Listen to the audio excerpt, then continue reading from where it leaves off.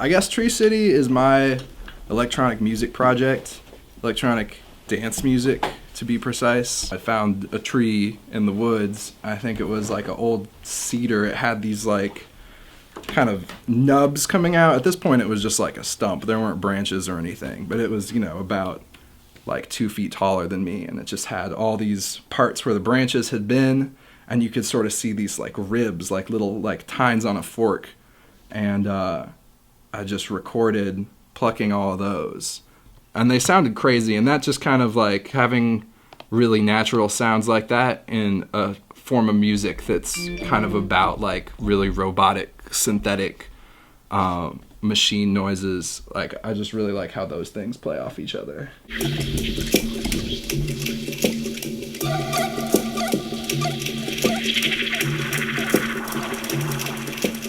I'd say when I'm building a song, I usually start with the sample and listen to the sample kind of over and over and over again until it sort of becomes background noise in my mind. And then the parts that stick out after that, it's where I go back and chop it up, kind of like the parts that grabbed me. And then come back and add the beat over top of that. And then once I have a sense of like where it's going rhythmically, come back in and start adding other instruments and like filling in the space a little bit more. That's, I feel, when I really can get into the zone, and like just sometimes I'll just like listen to a track over and over and over, like beyond the point of even working on it, just kind of like taking a bath in this one song and, like cut the lights, see what it sounds like in the dark. Now I feel like a lot more of what I'm writing as far as a producer is geared towards like what I know will work on the dance floor. Not that I'm necessarily going exclusively for that, but getting that energy back from a crowd when you drop a song and it hits people a certain way and you kind of feel that wave wash back, like that kind of experience has really given me a sense of what the audience is experiencing, because I know what I'm going into it going for and what I want to come out of the speakers. But then as soon as it comes out of the speakers, like, it's anybody's game. And having that reflection back from an audience, especially an audience that's really trying to dance, and if it's loud and it sounds good, it's like that's the most honest form of criticism.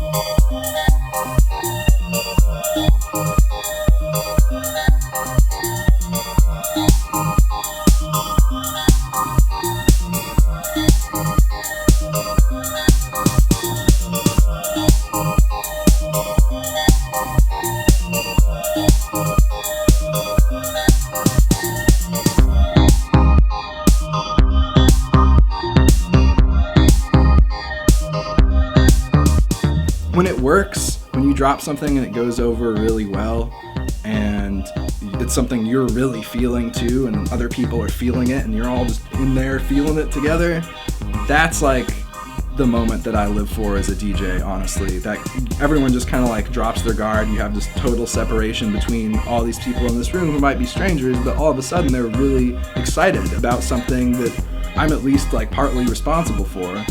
And once you're in that moment of that like connection with the crowd, like once you can get the crowd on your side, it kind of opens you up. Like, you have all this freedom, you can tell a story, you can actually speak to people in a way that's like maybe going to change their night. And that's the part of it that like makes me really enjoy DJing.